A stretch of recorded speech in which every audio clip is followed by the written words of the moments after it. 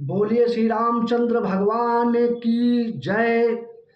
आज हम प्रभु श्री राम के सभी वंशजों के नाम आपको बताते हैं कि प्रभु श्री राम के कितने वंशज इनके पहले हुए। तो प्रभु श्री राम के वंशजों में सबसे पहले ब्रह्मा जी उत्पन्न हुए। ब्रह्मा जी से मारीच उत्पन्न हुए। मारीच के पुत्र कश्यप हुए और कश्यप के पुत्र विवस्वान हुए। विवस्वान के पुत्र वैवस्वत मनु हुए। वैवस्वत मनु के समय जल प्रलय हुआ था। तब वैवस्वत मनु के 10 पुत्रों में एक का नाम इक्ष्वाक हुआ। इक्ष्वाक के पुत्र कुशी हुए। कुशी के पुत्र बाण हुए। बाण के पुत्र अनरय हुए। अनरय के पुत्र पृथु हुए। पृथु के पुत्र शंकु हुए और त्रिशंकु के पुत्र धुंधमार हुए। धुंधमार के पुत्र योनाश्रव हुए। योनाश्रव के पुत्र मानधाता हुए। मानधाता के पुत्र सुसंधि हुए।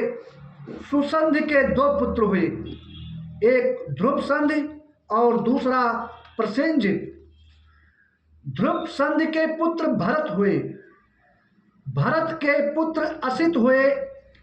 असित के पुत्र सगर हुए। सगर के पुत्र असमंज हुए। असुमंज के पुत्र अंशुमान हुए। अंशुमान के पुत्र दिलीप हुए। दिलीप के पुत्र भगीरथ हुए। भगीरथ के पुत्र कुकस हुए। कुकस के पुत्र रघु हुए।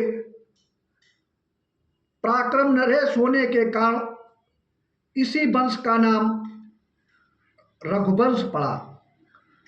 रघु के पुत्र प्रबिद्ध हुए। प्रबिद्ध के पुत्र संखड़ हुए। संखड़ के पुत्र सुदर्शन हुए। सुदर्शन के पुत्र अग्निवर्ण हुए।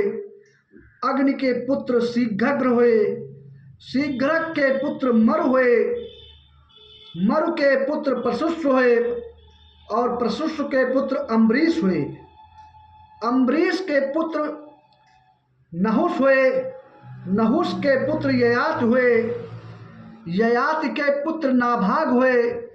नाभाग के पुत्र अज हुए और अज के पुत्र दशरथ हुए। दशरथ के 4 पुत्र हुए, राम, लक्ष्मण, भरत, शत्रुघ्न। इस प्रकार ब्रह्मा जी के 39 पीढ़ियों पर श्री रामचंद्र जी का जन्म हुआ। तो बोलिए श्री रामचंद्र प्रभु की जय।